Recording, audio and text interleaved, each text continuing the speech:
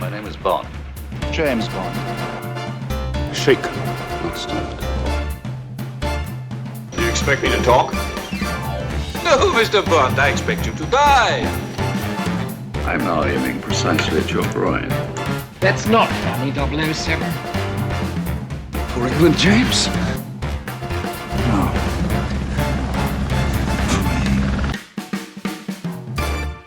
Hello everyone and welcome back to Enter the BondVerse. I'm one of your hosts, I'm Nathan. I'm joined by just the talented, brilliant, amazing editor and YouTube extraordinaire, Kyle.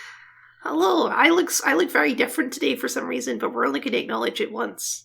Of course, this never happened to the other fellow. No. Well, the other fellow never got complimented by Nathan, never. Never. I hated them, actually.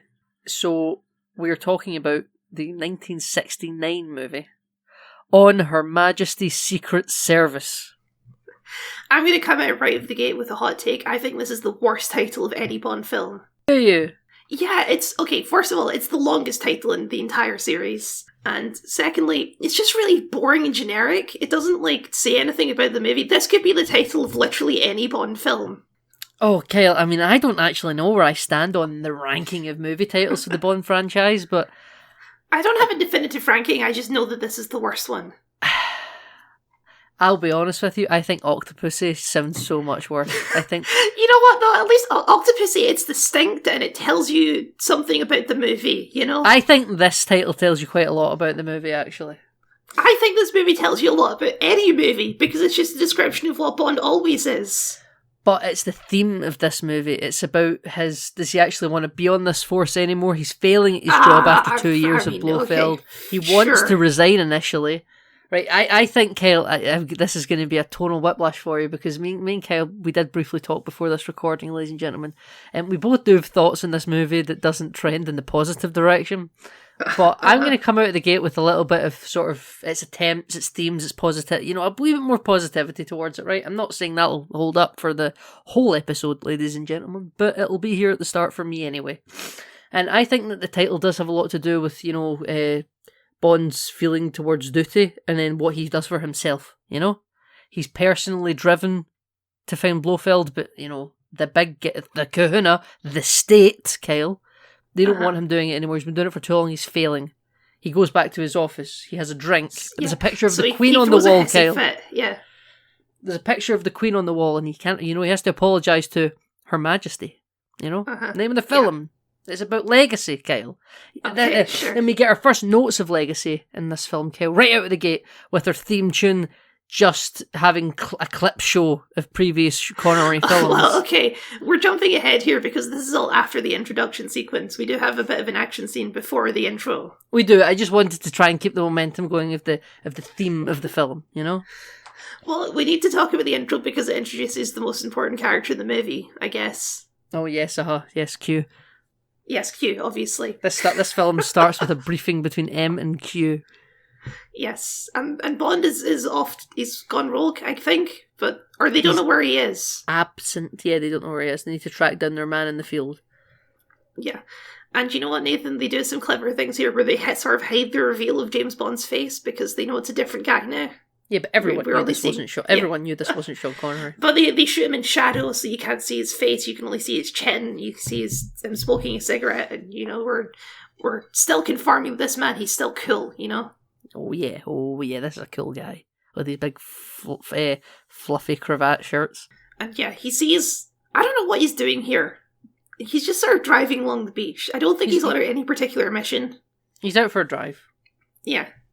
And he's in Italy somewhere, I believe. Sure, why not? Why not, indeed. But he sees a lady get out of her car, leave the door open, take off her shoes, and walk into the ocean, assumedly to kill herself. So, lovely, cheery opening to this movie. Yeah. Starts with the attempt of death and it ends very similarly. It sure does, yes. And wouldn't you know, this random suicidal lady is about to become his wife. So there you go.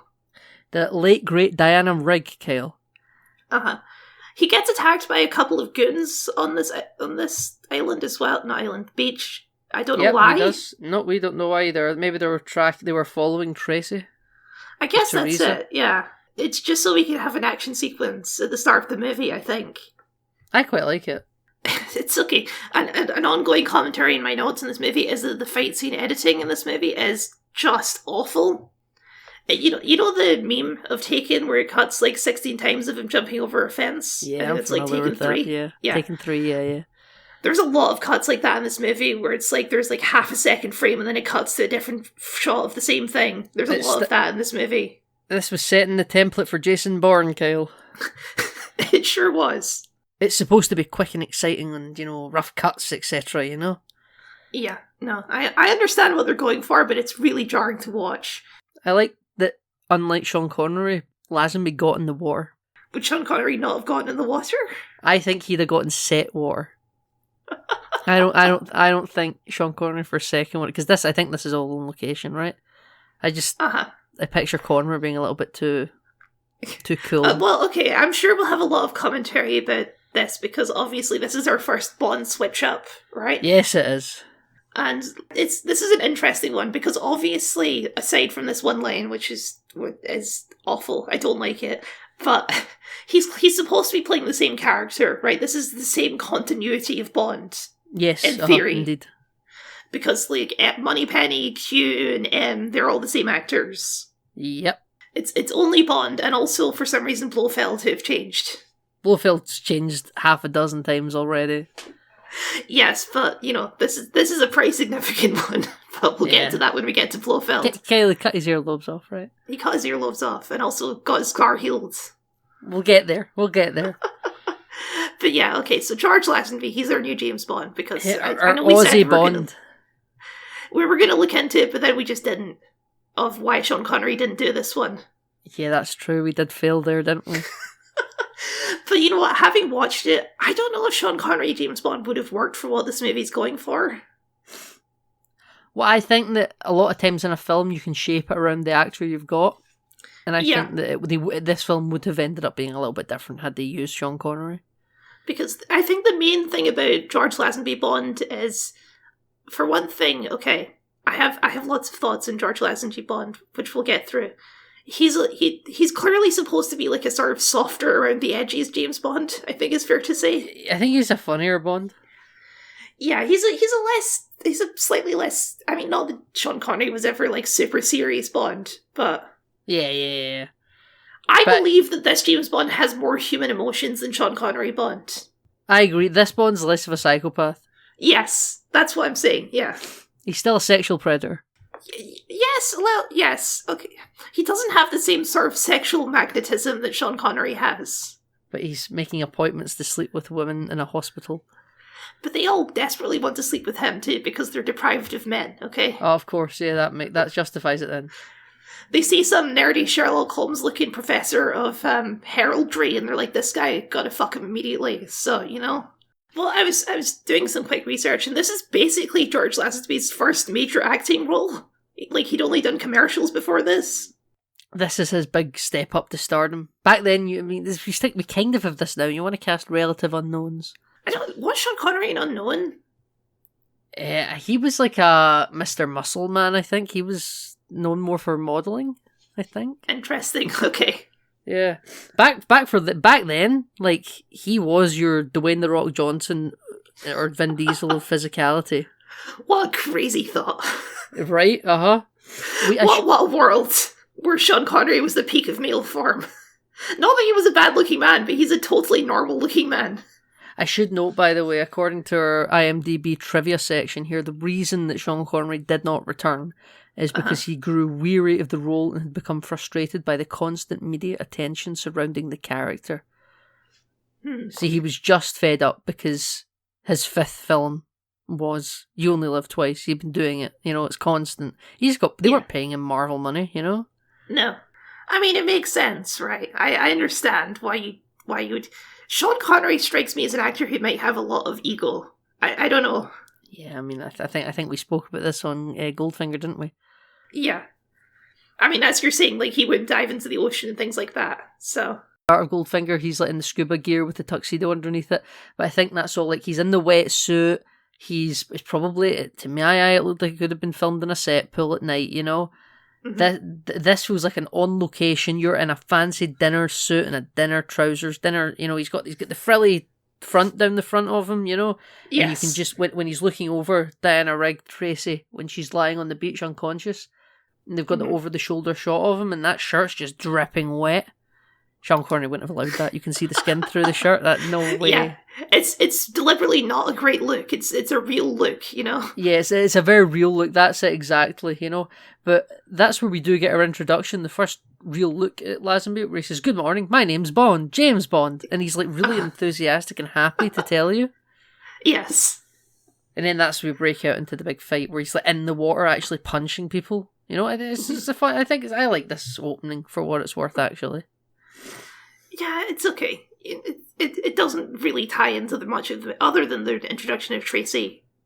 But yeah, I don't understand why he has a fight scene with these goons.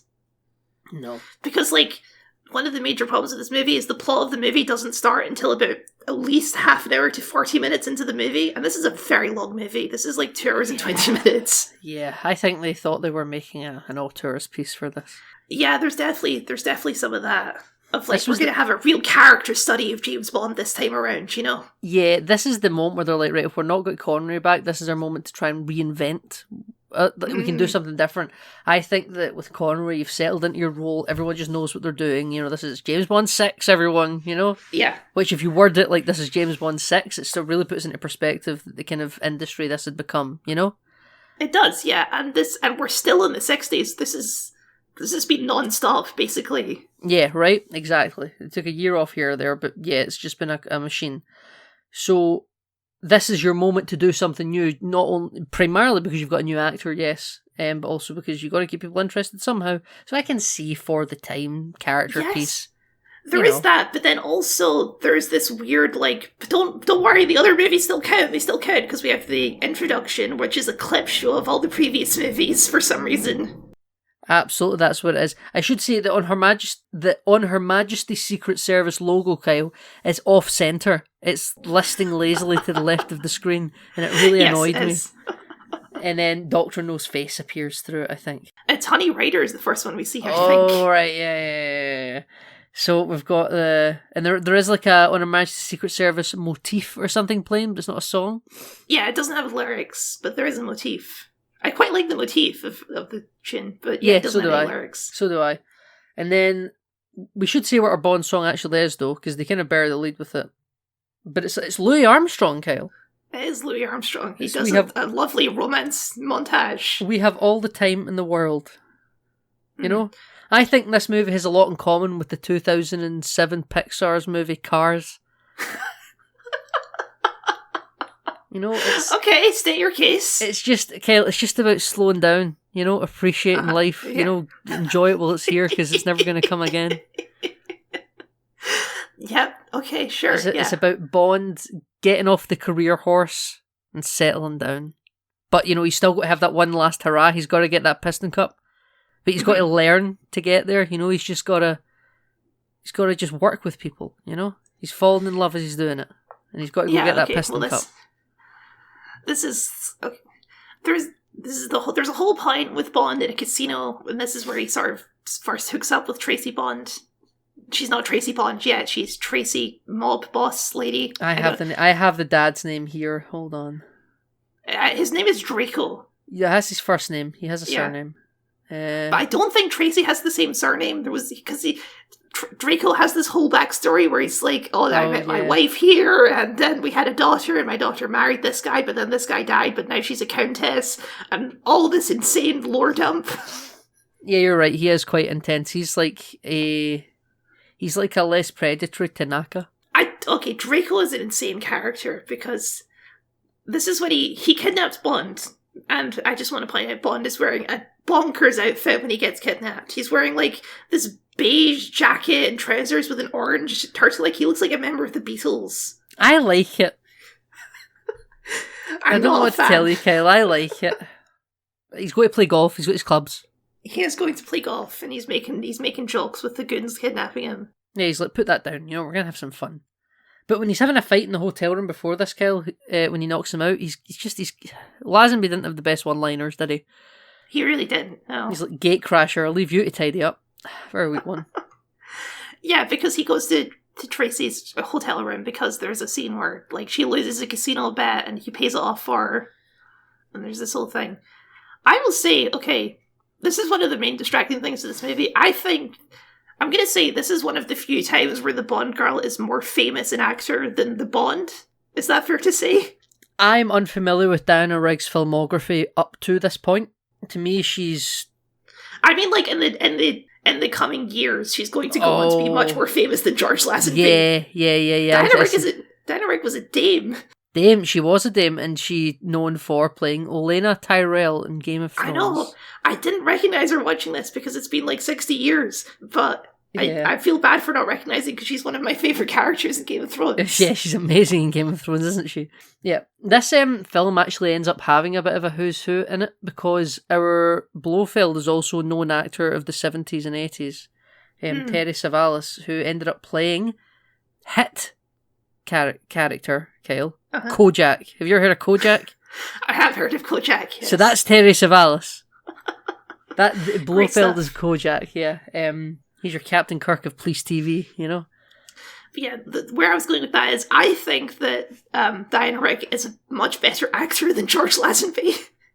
Yeah, she is, like, isn't she? She thinks she's in a much better movie than she's in. She's really trying to sell this character. I think she's the only person that is trying to make the film what it was probably pitched as being. Yes, as the sort of dramatic character study piece, yes. Yeah. And then like somebody sat George down though after he's been cast and he's like, look, I know what you signed on for, but we're making a James Bond movie here.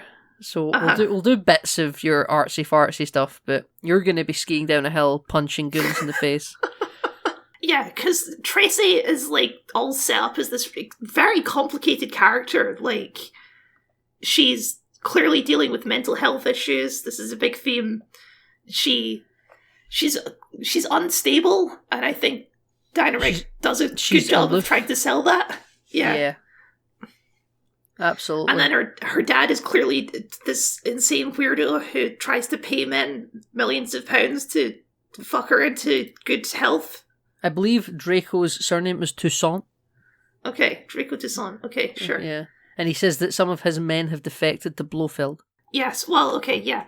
Because Bond he's out of options, so he's turning to the mob to try and find Blofeld, because this guy is the second most powerful mob boss in the world, yeah. Apparently. And he's just so willing to help the British Secret Service. If you marry my daughter, of course. No, I wrote down the exact line, because Bond is like, it sounds like what she needs is a psychiatrist. And Draco's like, no, what she needs is a man to dominate her and make love to her until she's better. Best dad in the world, this guy. You know, Kyle, I've just recently seen the new Robert Eggers film, Nosferatu. Uh-huh. And that's exactly what that film's about. Right. I mean, it's basically Taming of the Shrew, right? If we're taking it all the way back. Yeah, it's... Oh, fun. I love the 60s. This is the tail end of the 60s, but yeah. I mean, listen, I do quite like Tracy. I like Diana Rigg. I think she's wonderful in it. I think she's definitely a strong character, but she does disappear for like a third of the film. I know, it's weird. A lot of these early Bond movies have a problem with having like a consistent female lead. Yeah, uh-huh. I don't understand, because it seems obvious that if you want this character to be meaningful, they should be in most of the movie. I agree, but no, we end up like getting cold feet and we're like, no, we need to get someone else in here for the end. Yeah, because this happened in Goldfinger, this happened in, I think Thunderball had a more or less consistent female lead, right, with Domino? Yes, I would say so as well. But then You Only Live Twice, yeah, we keep mixing up the female leads. It's just, it's weird. It's a weird issue they keep having. What I would say for this, though, is that they get rid of Diana Rigg for a while so that Bond can sit and sleep with multiple different... Can have a harem, yeah. Yeah, he never... he have a harem of Bond girls. By the way, apparently the English one is Joanna Lumley. Is it really? According to Google's casting, yeah. That's crazy. Right? She's more famous than anyone else in this movie. Yeah, I suppose so. So definitely in terms of everyone's seen The Wolf of Wall Street, you know. I know we know her for more stuff, but in terms of an international audience, she's definitely up there with Diana Rigg anyway, because everyone else has seen Game of Thrones. I did have to point out that Diana Rigg was in The Avengers, which is great. The Avengers, the 1960s British TV show about spies. Yes, she is. You're right. That's just clicked in my head. Maybe this was like stunt casting for the time. I think it was, yeah, because she was famous for being in a spy show. Yeah, so like, we're putting her in Bond. Yeah. But yeah, so we get rid of her for a while so that Bond can have his harem. And then after he's had his fun, we reintroduce her again. Yeah, that's jumping ahead of it, because now we get the... Again, we're still not at the point where the plot of this movie has started yet. That's why I'm trying to jump us ahead, Kyle. But yeah, so Bond, he takes his 2 weeks leave because he's off the Blofeld case. And he goes to his office and he has a desk full of gadgets from previous Bond movies. He does. And you pointed this out in your notes, it's like Picard Season 3, and it really is, where he's just like, he looks at the breathing device from Thunderball and we get the over the soundtrack. Yeah, we do. It's like looking at the ship museum in Picard. Like, there's the Defiant, then the DS9 theme plays, there's Voyager, bit of the Voyager theme plays.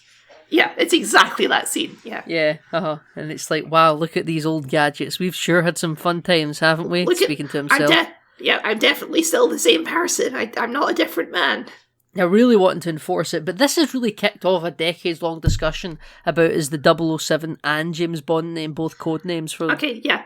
I understand the discussion because it's fun, but within this movie, the answer is clearly no. It's supposed to be the same guy. Other than that line, it's supposed to be the same guy. I agree, only in this film. Because I think if you were to tell me that every film from Dr. No... Pierce Brosnan is supposed to be Sean Connery. Yeah, it's just ridiculous. It's just not true. Now, I believe that the fallout of this movie is referenced again in future films. I don't know if it's in Diamonds Are Forever or if it's even a Roger Moore one. I think it's a Roger Moore one where he visits the grave of Tracy Bond, yeah. Because I refuse to believe that Dalton is Roger Moore, and I certainly refuse to believe that Pierce Brosnan is any of those guys. Maybe he could be a continuation of Dalton. Maybe. Yeah. You know? It's... You know, this is one of those nerd discussions where, like, it doesn't really matter. Like... Oh, I know, but it's just... Because they made a big deal with Casino Royale of being like, right, this is the start of a new continuity, and my takeaway from that is I thought every Bond actor was just the start of a new continuity, but this pissing Tracy Bond thing is the little nail that sort of crosses over three actors' eras in a weird way, you know? Uh-huh. Anyway, sorry, I just wanted to bring it up. I felt like I couldn't be left it's fine. unpassed, yeah. But they do try and do some of the Office bands as per usual with Moneypenny. Yep. So that's fun. And he's like, let's get cocktails at my place tonight for 8, you know? He's like, oh, do you mean it? I don't know what I would do with myself, you know? Yeah. Well, this is the interesting, complicated relationship between Bond and Moneypenny. Does she actually like him, or is she just playing along with the bits? You know, and maybe it's a bit of both. I think I think they can make it up movie to movie. That's true. Whoever's behind the camera, you know? Whoever thinks it's more interesting if she's actually into him or if she isn't, yeah. Yeah, exactly. And we'll speak about this at the end of the film, I suppose. Mm-hmm. But Bond is annoyed because he's been taken off this case, and he tells Moneypenny to write a memo. He immediately resigns. He throws a big hissy fit, yeah. Yeah. So, but she, writing the memo, just writes down something else. Yes. And we don't know what it is yet. And then this is where we get the montage of him in his office looking at gadgets from previous films as the motifs of previous movies play. Then when he goes back to M, because she calls him as like, the old man would like to see you. And he goes, request granted and get out my office, you know? And he's like, wow, after all these years, not even so long, good luck, you know? Mm-hmm.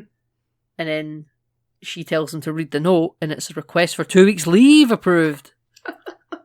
You know, she was like, you didn't really want to quit, did you? And I mean, listen, I'm happy she done it, right? Uh-huh. But it's only been like 2 seconds. Did Bond really regret that thing so soon after? You're so rash, Bond. Oh yeah, I mean, Moneypenny absolutely made the correct decision here. Yeah, well, she absolutely did. But then when Bond leaves, because Bond's apparently immediately grateful as well, then M's on the intercom. He says, what would I do without you, Miss Moneypenny? Yeah, so like, did M know that Bond was about to resign? And like, Moneypenny's done him a solid?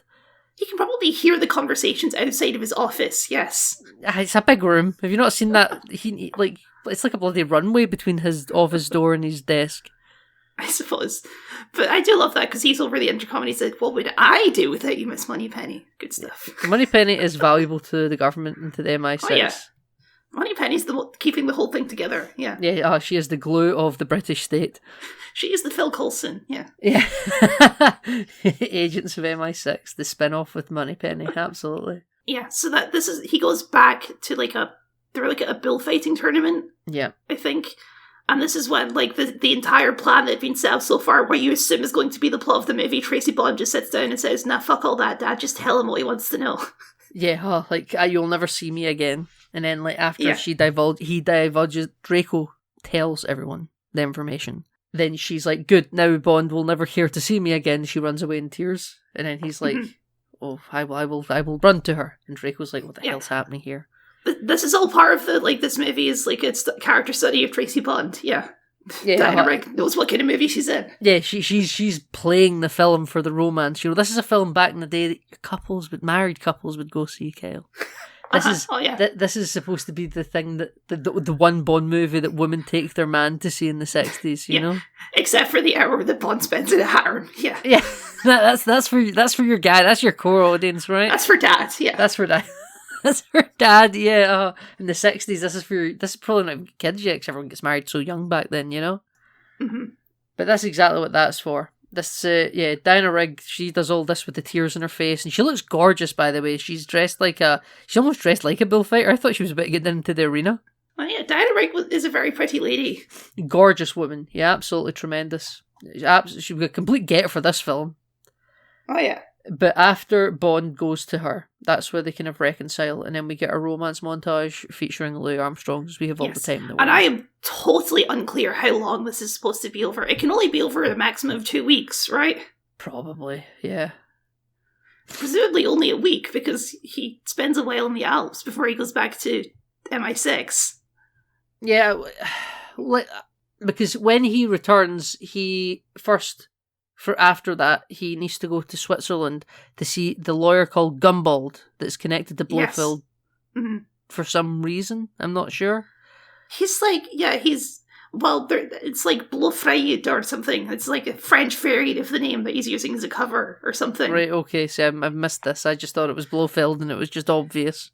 Yeah, no, like, he's using a cover to pretend that he's a different guy. Oh, isn't he pretending to be a count? He's pretending to be the claimant to being a count, yes, but he needs the verification of the coat of arms office or something. Yeah, but he introduces himself, and I have the name here. Something. That he is Count Balthazar de Blouchon. Yeah, de Blouchon, yeah. Totally different from Blofeld. Yeah, So when he comes, I'm like, okay. So that's what it's meant to be a cheap rebrand. Yeah. You know what all of this is, Nathan? It's really interesting for the movie. It's so interesting for the movie because it's so interesting that Bond decides while cracking a safe to break out a porno mag. Yeah, because he's a lovely gentleman in this romance movie, yeah. But he has a safe cracking device. It's like the size of like a gaming PC in 2024. Yeah, it has to be brung up to him in a crane, yeah. But doesn't he have this handy little pocket safe cracker device from You Only Live Twice when he's in Osato Industries? This is a bigger, more advanced safe for this random lawyer who we don't even meet properly in the movie. He's like, "I will be back in 1 hour," and he leaves. Yeah. You know? And we see a shot of him like, "Oh, I think someone pickpocketed my keys." Oh, well, it's not a big issue. Yeah, no need to worry. Go back and check. Bond's looking at porn. Yes. Whilst a computer cracks the safe, and we get all these sort of lingering shots of construction workers outside, and like they're supposed to build tension. Yeah, it's such a long scene for, like, what's the issue if he gets caught? Some little lawyer guy's gonna be like, "Get out of my office." That's what's gonna happen. And Bond goes, who cares? "I'm going to shoot you now." Yeah. It's not like there's any security in this building. No, there's a little guy at the desk. There's a little guy at the desk, Kelly. Doesn't know if he's got a gun. Okay, yeah. You know, that's who that Gumball says. That guy's definitely a match for Bond, yeah. Yeah, exactly. Right, exactly.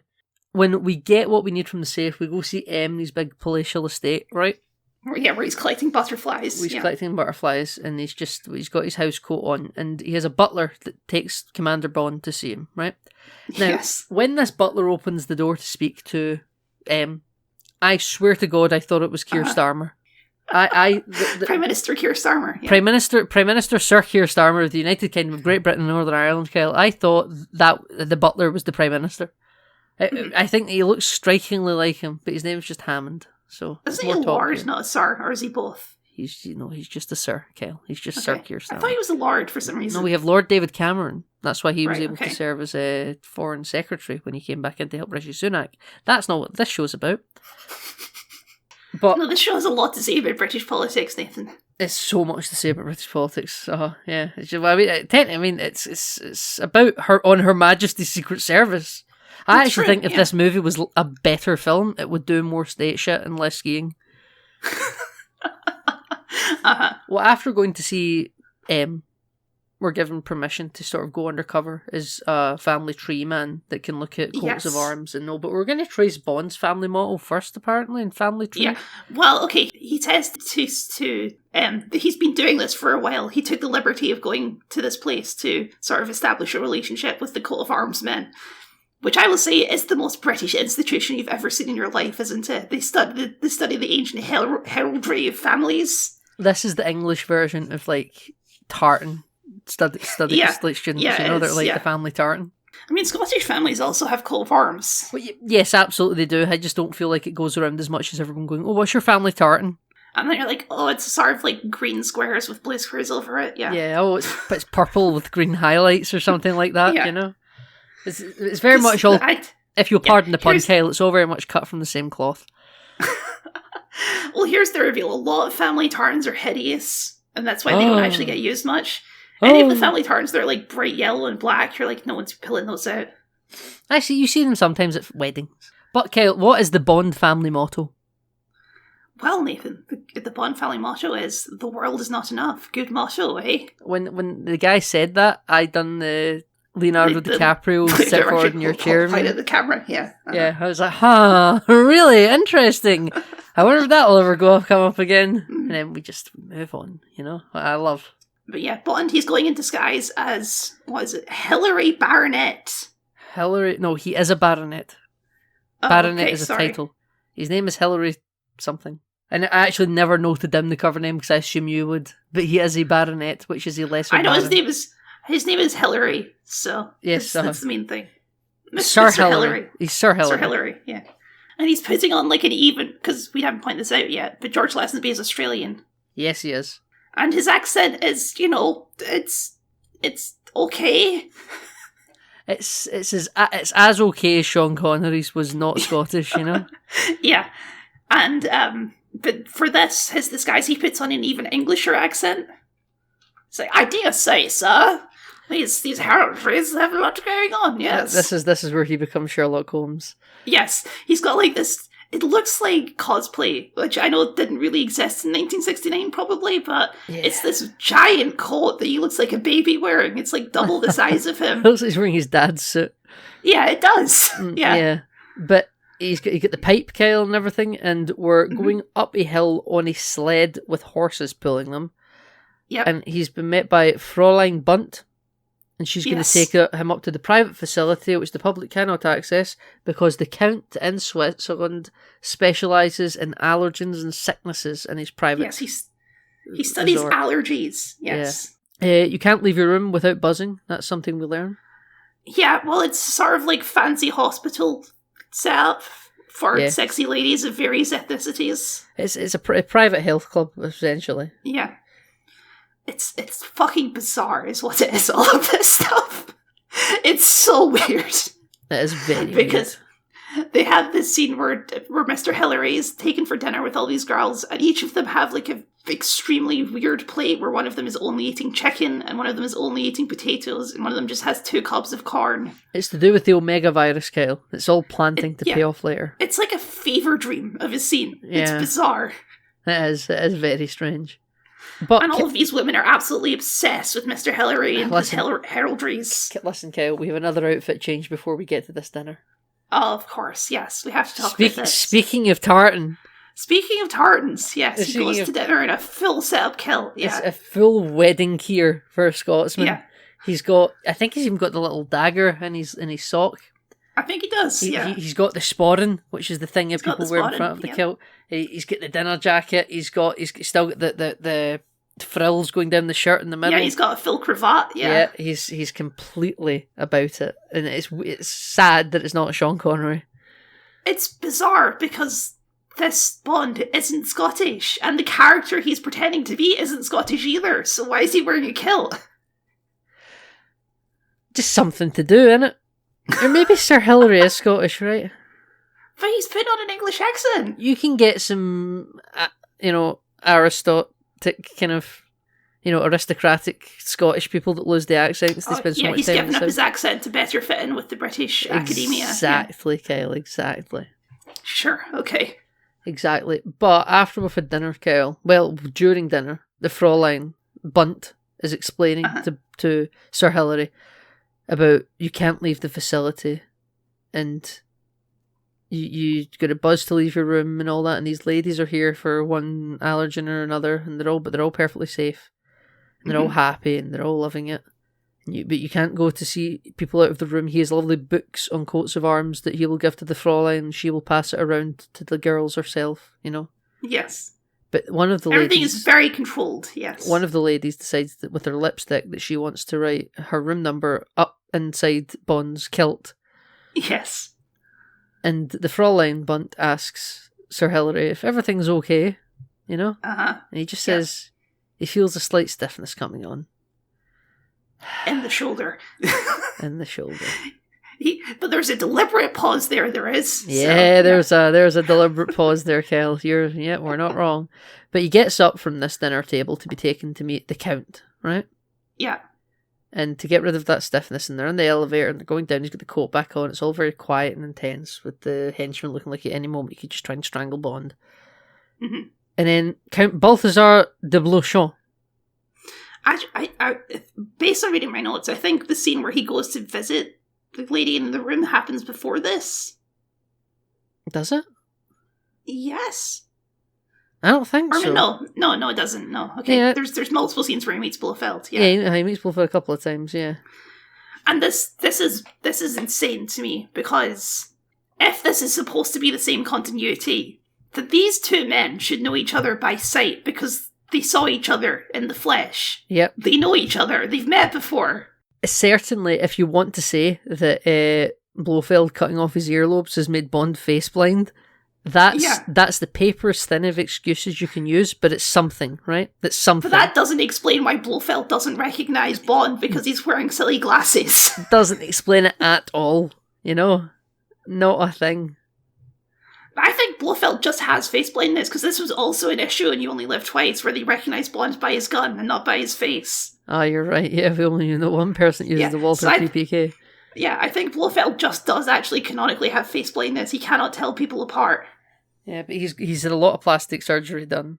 A lot of plastic surgery. He's really bulked up and become a much more of an action Blofeld. Yeah, this is action Blofeld. This is a Blofeld who fucks, in my opinion. This is a Blofeld who fucks. Yeah, this is a ladies' man Blofeld. I always think this. I quite like Terry Savalas as an actor. Mm-hmm.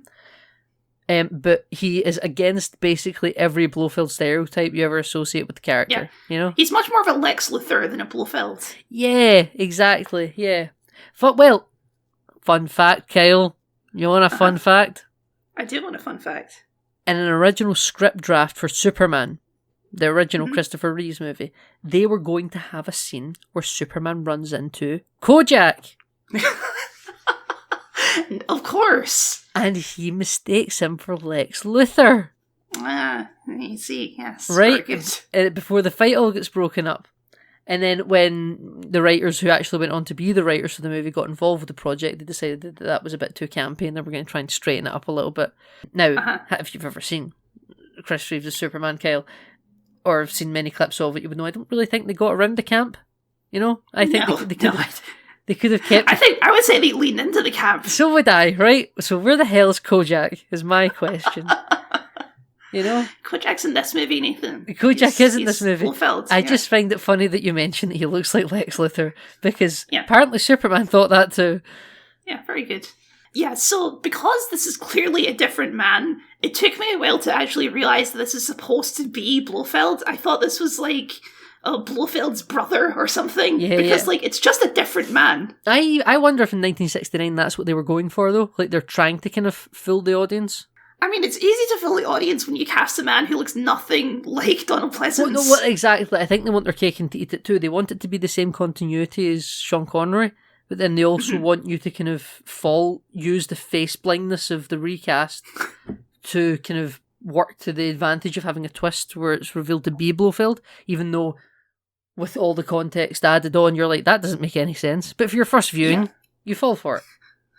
I guess so. Even though, like, this is clearly an evil man, even if he's not literally Blofeld. Look at him. Look at what he's doing. This man is evil. He runs a private health club, right, to make people get over their hay fevers. Well, okay. This is where we get Bond. He sneaks out of his room at night. He does a thing with, like, a rubber where he, like, pokes it up to disable the electric door or something like that. Kel, you're skipping the quiz. We're quizzing Blofeld here, Blouchon, about if he's really the Count, you know? He's talking about, I have the earlobes and blah, blah, blah, and I think that... Oh yeah, you know, this really, all this really fascinating stuff about the heraldry of ancient Europe, yeah. It's fascinating to me, Kyle, to me! They've got the 4 gold balls of the family's crest, yeah. Exactly, right? And then he's like, you should accompany me on a trip to... somewhere. Oh, I didn't write it down. It's like Brussels or something. It isn't Brussels. It isn't Brussels. It's somewhere in Germany, I think, or in more Eastern Europe, where they could confirm the family lineage. And he's like, "Well, that wouldn't be convenient." It's like a necropolis or something, like a tomb, but where there's tombs of the previous counts, something like that. Yes, it is. But they named like the city as well as the tomb, but it is a tomb. Yeah, I don't remember anything because I just do not give a shit. Okay? I love it all. And he's like, well, Mr. Sir Hilary, this is not going to be convenient to me for some time. And he's like, well, I can begin my preliminary research with all the paper documents you've provided me. Like, Bond's fully leaning into this deep cover instead of just going, Blofeld, bang. Yeah, which is what you would assume would happen because it's supposed to be the same guy, but whatever. Yeah. Like, Bond's an assassin, you know? Just kill him. Just fucking shoot him and shoot your way out, yeah. Yeah, exactly. Right? Even if you don't go out, you know, license to kill, sending a man off to die, that's the MI6 way, you know? Yeah. But no, he goes back to his room, he gets out of his room to go to room number 8. Yep. Where I believe this lady is lying completely naked on her bed, right? Probably. I guess she was waiting for the sexual raw magnetism of Mr. Hilary, who, for some reason, all of the ladies, they keep joking about him not liking women. They think he's gay. Yeah. But they call him Hilly? No, he says, call me Hilly, while he's making out with her. God almighty. Which is bizarre. I think what happened there is he was about to say, call me James Bond, and then he corrected himself. He's like, shit, I can't say that. Call me, Hilly. Yeah. Bond's just really shit at cover. But we get a shot of him dropping the kilt, and she screams, it's true, which I assume implies that he was not wearing underwear under his kilt. Yeah, that's what I assume as well. Very inside joke for those not in the know. It's also generally not true, by the way. Most men these days are going to wear pants under their kilt. I hate to break it to you if you had this fantasy about them going commando under a kilt. I agree with Kyle. However, I'm also led to believe that it's probably also, there is a subsect of society that would also probably not do that, you know? I'm going to say anyone over 50 is not going to do that. Anyone under 50 is probably going to be wearing pants under their kilt. Yeah, right. So, we're about to have some sex, Kyle. And we're going to get, before that, we're interrupted and the lady's like, hold on, we gotta do the treatment for the cure. And this is where we get some... I think it's after the sex, actually. Well, they're about to go for another round then. Yeah. And we go for some pro-chicken hypnosis. It's bizarre. All the lights turn to like a disco and we get the ceiling has like reflective colouring. Chicken.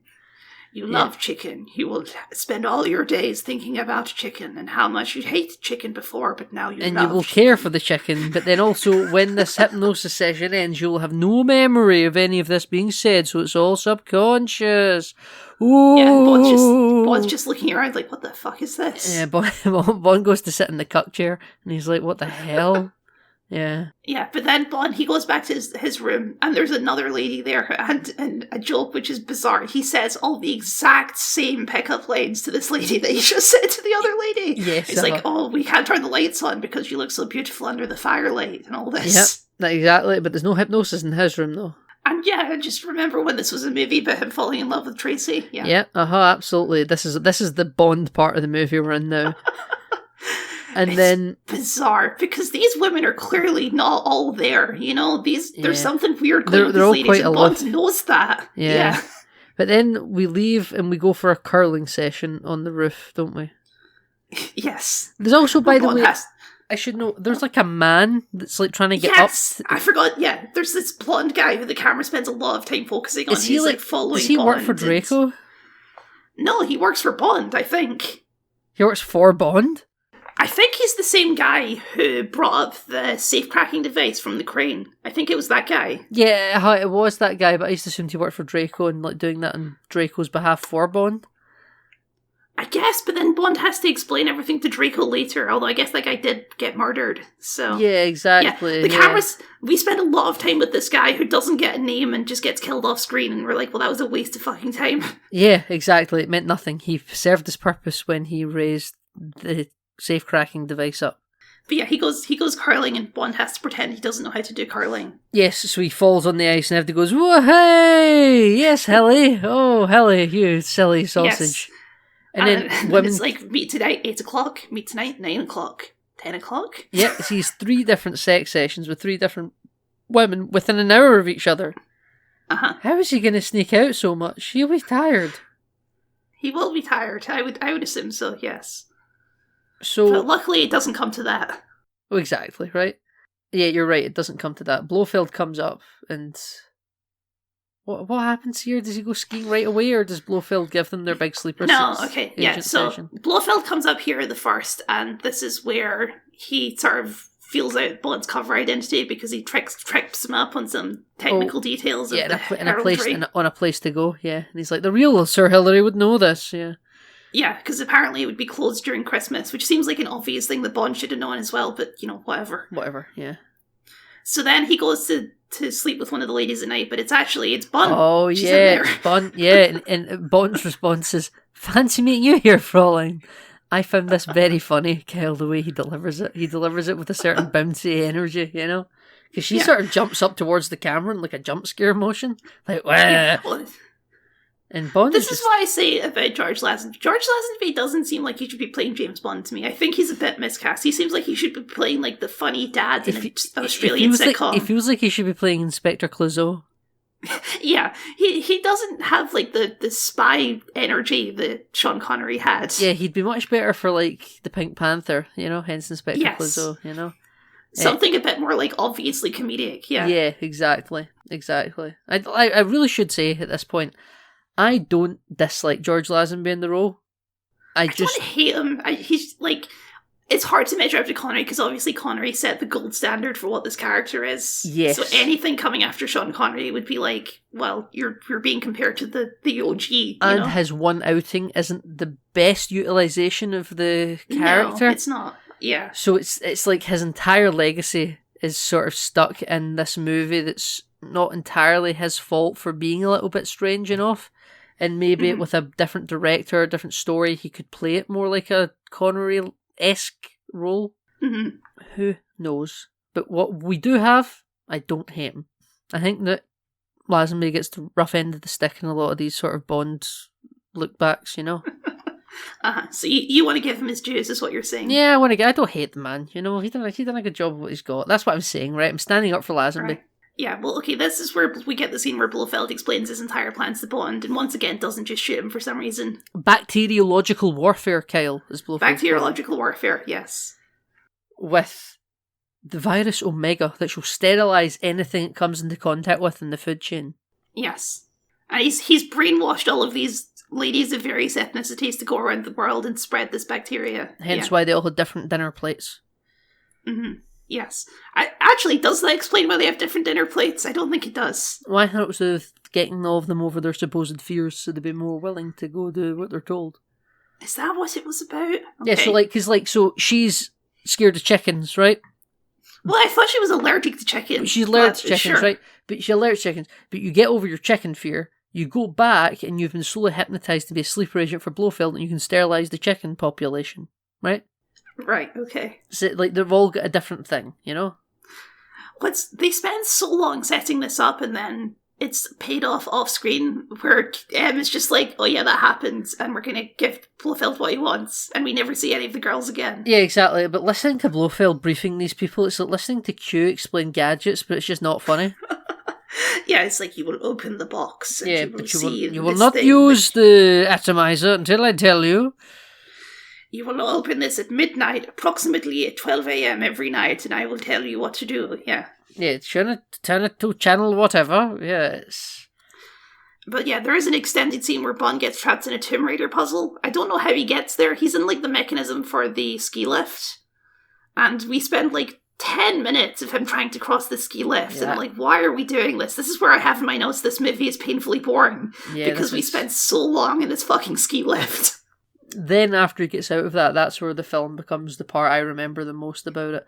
It's just a lot of bloody downhill skiing.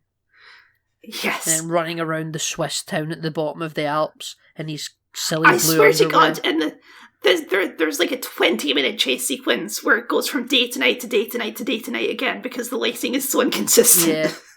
But we reach the ski town, and Bond's in his little blue body underwear that looks like he should have a little butt flap on the back.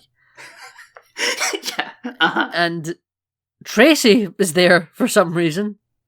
Yeah, Tracy she's on the ice rink and she just shows up and we see her skis and then the camera pans up. It's like, Tracy, what the fuck are you doing here? Yeah, hello Tracy. And then there's a big intense sequence of fireworks that seems to flash bang everyone. So yes. Bond and Tracy are like, now's our time to go, and then we got to sneak into Tracy's car and Tracy will drive us out of here. And Tracy's quite a good driver. She knows how to drive her own car very well. Yes, I mean, Tracy in a lot of this movie is kind of established to be like sort of equal to Bond in a lot of this stuff, I think. Which is why he likes her. Yeah, she's probably more loyal to Bond than Bond is to her, though. Yes, well, yes. Yeah. Because he's Bond. He doesn't mention any of the harem stuff, that's for sure. Nope, doesn't mention any women. So we get caught in like an Italian Job mini race. Yeah, it's like a stock car race, yeah. Yeah, it's just where like people are just sending cars into walls and crashing each other. It's part of this chase sequence that just keeps stops and going because they're like, okay, we need to call M, but then they get gunned down and they have to get back in the car and the chase begins again and they end up in a stall car race and it just keeps going. Yeah, absolutely it does. And Bunt and the henchmen are chasing them and they're shooting them and they're exploding, spit-tipping mini cars left, right and centre. But then Bunt... And these race drivers don't give a fuck. No. They're like, I have this race to win, Yeah. goddammit, nothing's going to stop me. I'm going straight to the top. This is like those Formula 1 cars you see racing past Tony Stark and Whiplash in Iron Man 2. Yes, At it's Monaco. exactly like that, yeah. Yeah, they're not caring. They're zooming on by. But Bunt and Co's car does get overturned and it explodes in this snowy field. Yeah, it immediately catches fire and explodes, yeah. And I sent a clip to Kyle of the stunt performers running away from the car, and the actor playing Bunt very clearly gets horrifically caught in that explosion, but still runs off frame, so they get the shot. But like That's just classic 60s OSHA safety. Yeah, right? Like that must have been some fireproof coating got on there, because to be fair, the actor never catches fire, but No, that's true. they're right in, like you see the explosion go around them, you know? Yeah. Like, that actor was completely enveloped, and I just felt the need to bring it up because, like, you better give that person credit. Look at the shit they just done for a car that exploded for no reason. Yeah, so Bond and Tracy, they escape for a second time, but they end up caught in a blizzard and end up in a barn in the middle of the mountains. Yeah, they do. Which is where James Bond proposes to Tracy, and you're like, have you guys only known each other for a week? I don't know, I guess this is how things worked in the 60s. Yeah, you found a single one, and you had to step up, Kyle. Women didn't have lots of choices. No, it's like all those stories where it's like, oh, I asked her every day to marry me for 6 years, and finally she said yes. Yeah. Yeah, no, it was just a loveless marriage, and there was kids, and everyone was very unhappy. To be fair, I guess these two are into it at least, so... They're two state assets, Kyle. They're the state's ideal couple. Both bought into the idea, you know? Yeah. And he's like, oh, but we should wait till our wedding day. That's my New Year's resolution. I won't have sex anymore. Yeah, we should say this is a Christmas film. This is a Christmas film. We should have timed this for Christmas. Yeah. This is all happening on New Year's Eve, or Christmas Eve. Yeah. Yeah, it is all happening Christmas Eve, and this is just the way it's went, I suppose, that their second episode of the New Year's a Christmas episode. Yeah. But yeah, he manages to keep up that new resolution for approximately 20 seconds. He knocks out her makeshift hay bed, and she rolls onto him. Yep. But then, Nathan, we wake up, and somehow Blofeld finds this random fucking barn in the middle of a blizzard, and we have a second ski chase scene! Where everyone's all skied up. Like, where did Tracy get all her... I suppose they'd ski stuff on her car, to be fair. So yeah, she had skis on the back of her car. I was going to rescind my nitpick. I just cannot believe the audacity of doing a second ski chase scene. Did they just have leftover footage? Like, well, I guess we'll just do more. Kyle, the last one was Japanese tourism. This is Swiss Alps tourism, right? I guess it is. And what do you do in the Swiss Alps? You ski. Exactly, right? This is how you sold holidays back in the day. You know? This is how it was done. That's what I'm looking for in these movies, Kyle. Where is the tourist advert angle? That's what I'm looking for in these films. I can't remember if this happens in the first ski chase scene or the second ski chase scene, but there is a scene where Bond tricks a guy into going off a cliff, and it's so funny because he just keeps falling, and we keep cutting to new shots of this goon falling, and it's comical how far this guy keeps falling. I think that maybe in the first one, I didn't note it down, but this is the one where he goes over like a snow plough or something. And yes. yes. Yeah. One of them gets caught into it, and then out of the exhaust pipe for all the cut up snow, blood and guts start flying out of it mixed in with the snow. And Bond has a line. He looks over to Tracy and he says, he had lots of guts. Yes. It does take balls to go down those ski slopes after a secret agent, you know? Yeah, and I just have to say, it's impossible to look cool while skiing, I'm sorry. I'm sure it's fun to do, but you can't look like a cool badass going down the ski slope. Yeah, I agree. I completely agree. I co-sign with Kyle there. You look like a dweeb. Yeah, because you have the goons with their little guns on the skis with their machine guns, like, do-do-do-do-do, and it looks comical. Yeah, it does. But, Kyle, this is where Blofeld decides to just cause an avalanche. He sure does. And you're like, oh my goodness, how is Bond going to survive this avalanche? Because avalanches, Nathan, they're really deadly. If you get caught in an avalanche, you're probably fucked. They are really deadly. This is why in The World Is Not Enough, referenced again, Bond just has a big inflatable bubble jacket for some reason. Yes. Which we'll come back to. He came prepared, yeah. Yeah, this has scarred him because it's the same person, apparently, right? Yeah, but Nathan, how did Bond survive this avalanche? It just climbs out of it, I think. Yeah, there's like a little bit of snow on top of him and he just climbs out. But they capture Tracy. Now, even though they somehow don't notice Bond. I feel the need to note in my notes here that we have 20 minutes left of the film and we're back in a meeting with them and there's no sign of this film ending yet. But there's 20 minutes left. Yeah. Half of this movie is a chase scene. It's ridiculous. Yeah, no, it is crazy. This is what this film, to me, is known for. A lot of fucking skiing. You know? People thought Thunderball was boring because of all the submarine shit. Like... Okay. I'll say this. I think the skiing is more visually interesting than the underwater stuff. Not as technically impressive, though. It's not as technically impressive, but at least you've got this, like, there's darting around and there's people going off cliffs and stuff. It's more visually interesting than people fighting underwater. I would agree, but I think my takeaway from Thunderball isn't the submarine stuff, for me anyway. Whereas my big takeaway from this is a lot of fucking skiing. You know? I think this movie is not the worst one we've done. I think I'd still put this above Thunderball. Interesting. Very interesting. I don't actually know where I would rank them. A big movie ranking will come on your YouTube channel at some point, I'm sure. I mean, so far, Goldfinger's definitely number one. Yeah, I think it's still the best one we've done so far. And I think Thunderball's probably the most boring one we've done so far. I love number 2 and Domino too much. Okay, fine. So, M's basically telling Bond that Blofeld... They're going to cave to Blofeld's demands. Yeah, he's going to kill our ecosystem with his Omega virus. We'll give him what he wants. And then he wants a full pardon so that he can retire to a life of luxury. We cut to Terry Savalas Blofeld. He looks great. and he's flirting with Tracy Bond, or Tracy not yet Bond, and like this is a real Blofeld that fucks, you know. I know we mentioned it earlier, but just to bring it up again, like he's suave. I guess, but Blofeld just thinks Tracy's pretty, and that's why he's keeping her around. He needs a wife in this new world, you know. He's like, I could make you my countess. I'm already a countess. Oh yes, she is, isn't she? Yeah, I remember he does say that. Yeah, like what can you offer a woman who needs nothing? But yeah, so Bond is turned down by MI6, so he goes back to Draco and the mob. And they decide to take on Blofeld just by carpet bombing his facility with helicopters that Draco's daughter's in. Yeah, look, I did not get the impression that Draco cares that much about his daughter's safety, okay? He did cave to her earlier where he's like, you tell Bond what he wants to know, you're never going to see me again, you know? And then Bond does say that he's in love with the daughter.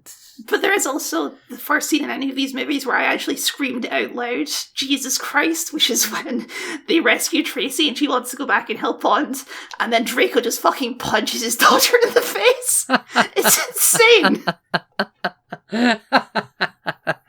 And he makes some comment to his guns like, oh, I spoiled this girl too much, or something like that. I must have looked away for the punch, because I remember her being like absconded into the helicopter. I don't remember the punch. No, he punches her square in the face to knock her out. It's one of the most crazy things I've ever seen in a movie. I think that's amazing. Because I think maybe what overshadowed it for me is the Bond theme starts playing during all this, right? Yes. And Bond like slides across the ice curling rink on his stomach, firing his guns. Yeah, like a curly guy. Yeah. Yeah, and Draco's men are using flamethrowers to kill some of Blofeld's they're goons. going severe. Yeah, like this is like the Empire, still dressed in white, you know. Also, Tracy manages to break herself out of this because she like smashes a bottle and starts murdering guards with it. Yeah, and like puts the big goon's head through like the wall. Yeah. Mm-hmm. Well, okay, there's decorative spikes on Blofeld's base on the walls, and she just pushes one of them into the decorative spikes. It's gorgeous stuff. It's just amazing. But Kel, we should talk about the actual climax of this film. Sure, okay. It's a bobsled race.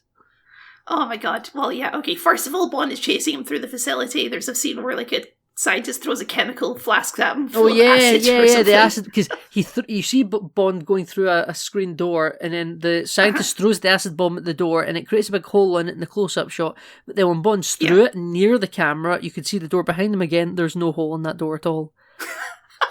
It's some like awful continuity where they clearly filmed the wide shot all in one and never done like another cut with the hole in the door. It's crazy. But yeah. Bond chases Blofeld through this entire facility, and then I guess Blofeld just has some bobsleds as facility, his secret evil facility. Yeah, he just must. I mean, there is the public facility just across the cable car line from him. He's only one level of mountain up. So maybe he just has some lying around because it used to be something before he bought the place. And also the entire bobsled track, which has to be maintained constantly because otherwise it would fill up with snow. Yes, you're right. Well, that's what that thing is that killed that goon earlier, right? You know? Yeah, it is. Yeah. But both Blofeld and Bond know how to bobsleigh, which shocks me because I watched a full movie called Cool Runnings, Kyle, on this, and it doesn't seem like bobsleighing is the easiest nor safest of sports. No. And the fact that you're supposed to have 4 people in it, and you're just got one person doing it all in each, just crazy stuff. Yeah, well, the reason to have 4 people in it is to like increase the weight of it, right? Yeah, but you're all supposed to have like the person in the front's the braker, and then there's like people that are supposed to like be like the driver at the back. Mm-hmm. So like, how are they doing all of it? You know.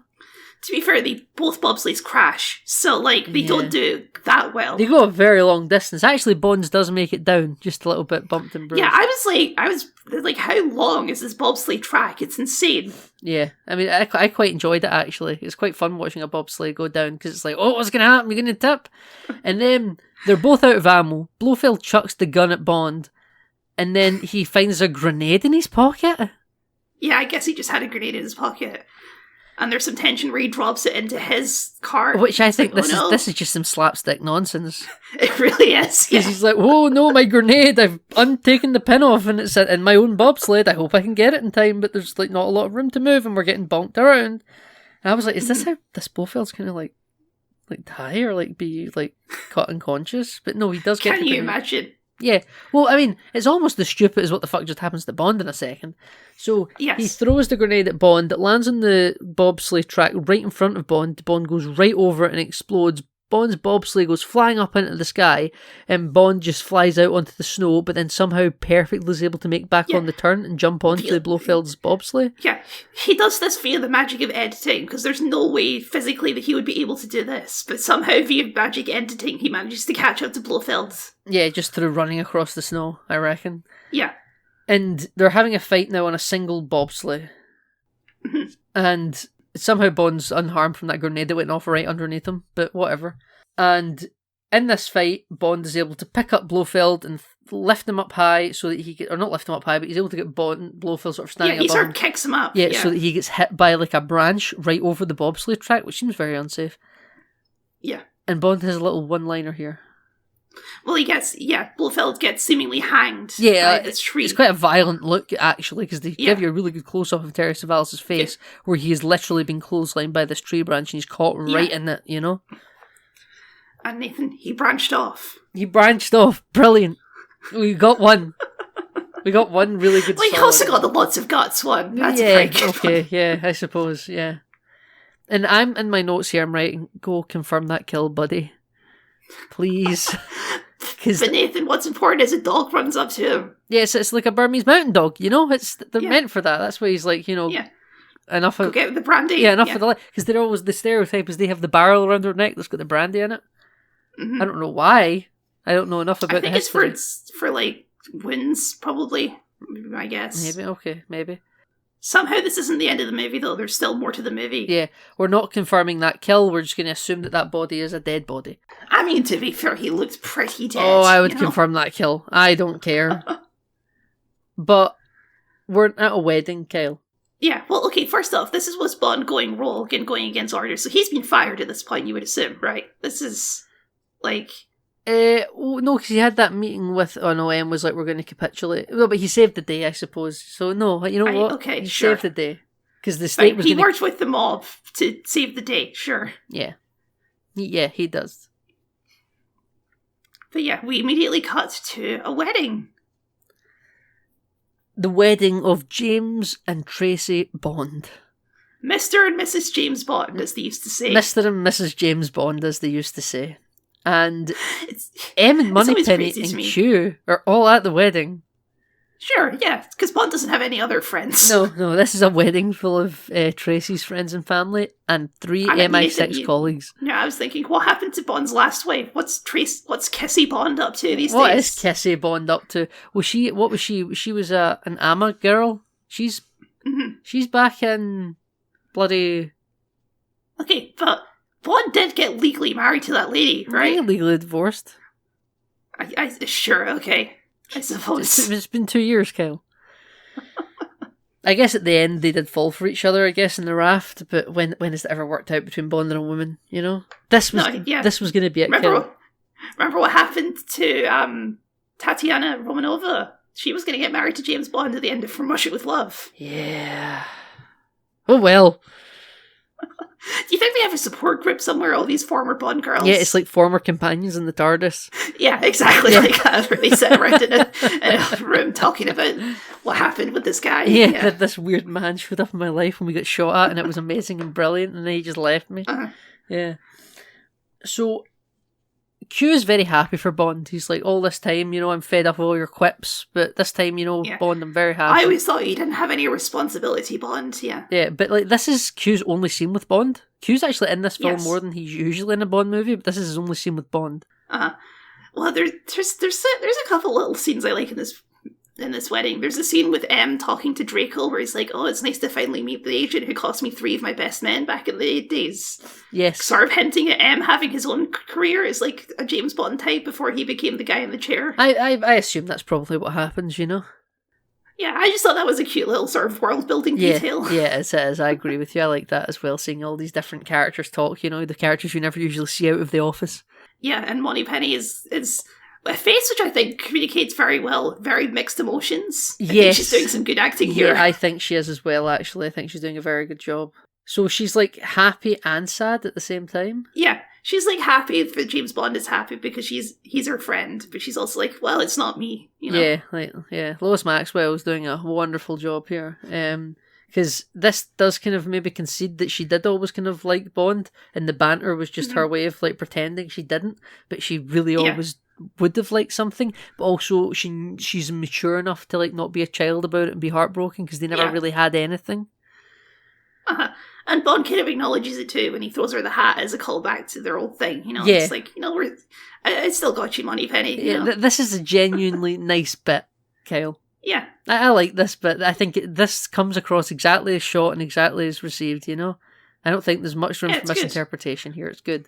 It's weird because for a minute it almost feels very like final, like Bond's offer is happily ever after, which I guess is what they're going for. Well, it is what they're going for. But Kel, we forgot to say that Bond tells Q that Bond already has all the gadgets and he knows how to use them. Yes, he does say that. Yeah. But and also, even after this point, there's a bizarre scene with Draco where he tries to slip £1 million into his pocket for marrying his daughter. Yeah, Bond's like no. He's still trying to honour that deal. Yeah, like you don't need to Draco. But when they're about to drive away after Bond's throwing the hat at Moneypenny, Q and M come by and they go, you know, are you crying or whatever to her? She's like, I always cry at weddings. I always cry at weddings, but then Q's like, oh, good, that damn Bond never got any respect for government property because the hat's crushed. Yes. Oh, wonder. So is this like a government issued suit that he's got for the wedding? Like it's not his own suit? Probably. Have the British state funded a secret agent's wedding? But I mean, yeah. I would assume it's funded by Draco, father of the bride, and all that. Right? I would think so too. Right, he could afford it, right? Yeah. But this is a lovely Bond car, by the way. Sort of only mentions it in the movie. It's not been in the movie too much. It's in the movie at the start when he's going to the beach following Tracy, right at the start. And then I think maybe it's in a London shot somewhere after that, and then it's in it again at the end. Understated Bond car. I don't think it's got any spy gadgets. I just think it's a nice, decent car though. Mm-hmm. And this is where we have like what would essentially be the equivalent of like a post-credit scene now. Like the movie it really is, yeah. The movie should end on them driving away and being happy, but no, it doesn't. Tell us what happens. Okay, yeah, so they pull over because some, like, teens make fun of them because their car looks like a flower commercial, and Bond's like, it does look like a flower commercial. So he gets out to start taking off all the flowers. Yeah, he does. And they're talking about how happy their life's going to be together. And then, what's the lady and Blofeld with the neck brace on? Yeah, Bun and Blofeld drive by with a machine gun. Yeah, and they just simply pepper the car without stopping, and they don't kill Bond. And Bond's like, oh, gee, that was close, eh? And he gets into the car and there's a bullet shot in the window, and Tracy's just lying there dead. Yeah. And what a crazy last 2 minutes in this film, right? It's because there's this scene where it's like a traffic police cop shows up to sort of check on him, and it's like, oh, don't worry, we'll be fine. We've got all the time in the world. And Bond is like losing his fucking mind. Like he's literally cracked open. Like he's like, you know, she's like, she's just resting. It's quite all right, really. He says it's quite all right. Yeah. And he says we've got all the time in the world. There's no rush. But she says to her a few moments earlier in that when they're going to be talking about like having kids and all that. Yes. Mm-hmm. And just what a fucking neck-braced Blofeld driving a car with this crazy redhead in the backseat with a machine gun. And that's just It's a bonkers. And then like it cuts and it says James Bond will return and diamonds are forever. And then a few beats of just silence and depression. And then the Bond theme kicks in over the same shot. It made me laugh out loud for the total inconsistency. Dead in her bridal costume dress next to Bond in the car. And then yeah, absolutely insane. It reminds me of some TNG episodes because, you know, TNG always ends with the bombastic TNG theme, even after, like, episodes which are clearly not feeling that vibe. Sometimes, Kel, if it's like a sad episode, you have the single horn of solitude. You know one of those episodes of Star Trek where it just ends on the single sad horn as the space shot pan out, and it will say, you know, executive produced by Rick Berman or whatever. Mm-hmm. And then after the single horn of solitude fades out, it then goes da da da da da da. Yeah, it's exactly that vibe. Yeah. So no quite single horn of solitude to end this one. It's just right into the gun barrel. Yeah. And I also just noted that all of the girls are just noted as like Asian or Jamaican. Yeah, English girl, Chinese girl, yeah. Yeah. So, Kyle, that was on Her Majesty's Secret Service. That was on Her Majesty's Secret Service. Oh my goodness, what a movie. What a movie. What a 2-hour-long art film. It really is bizarre. Like, not only is it a different Bond, it's a totally different vibe. Bond gets married, there's a whole bunch of focus on, like, because we haven't really pointed this out, Bond is not, like, a very in-depth character in the previous movies. No, which he's not. is what they're going for, right? Yeah. He's... Bond is a walking, talking, making of a stereotype. Yeah, he's not supposed to be this deep, in-depth character, but this movie really tries to push him as, like, this guy. He's got lots of stuff going on, you know? Yes, absolutely. That's what this film tries. It definitely tries to ground Bond a little bit more from a humanity perspective, if not a world-building perspective. And it somewhat succeeds. Now, given where this franchise is about to pivot to, you could say that it definitively doesn't succeed. Yeah. When we get to the Roger Moore era, definitely, yeah. Yeah, no, but I would say we're not quite at Moore yet, Kyle. Where are we going next week? No, we're going back to Sean Connery, amazingly, for Diamonds Are Forever. Yeah, right. We'll see next week. We're actually taking a week off. I'm going on vacation, ladies and gentlemen. Yeah. You're going to ski down the Alps, I'm right? going to ski down. Yeah, that's exactly what I'm going to do. Yeah. My blue onesie. If I meet any bald allergen counts, I'll be sure to let you know. Okay, please, yeah. But yeah, so this film is a legacy. Wasn't really successful for a long time because they literally just go back to Sean Connery and go back to the stereotype. It gets Lazenby on all the posters. You know, it's like the War Doctor. He gets to be on all of them, even though he's only in one episode of Doctor Who. Yeah, I'd agree with that. You know, it's like how Liz Truss has to attend all the yearly cenotaph commemorations in the UK forever now. Even though she was outlasted by lettuce. Yeah, she was last 49 days. Now, Kyle, someone done the maths on that. If she were to last till she was 93 or 96 years old, she will have spent more days of her life at the cenotaph than she has as Prime Minister. Which great stuff. Which is just wonderful because she's a rich white lady. She probably will last that long, you know? But I just had to mention that because it reminded me of it when you said that. But yeah, that was it. Kyle, where can the people find you online? People can, of course, find me at Kyle the Scot on YouTube, where I do video essays and game critiques. I'm also on Blue Sky very occasionally, but mainly YouTube is where you can find the stuff that I do. And Nathan, where can the people find you? Well, Kyle, the people can find me, as always, at Nathan Tinney on all social media hosting services, your X's, your Blue Skies, your Mastodons. I don't really post there.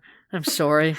I've tried. Mastodon might be dead, right? Yeah, it still has servers up. I do check it, but there's never anything happening there. Mastodon did not win the war to replace Twitter. No, it did not. It did not win the Twitter wars at all. Threads, I'm there sometimes because of my Instagram tie-ins to it, I suppose.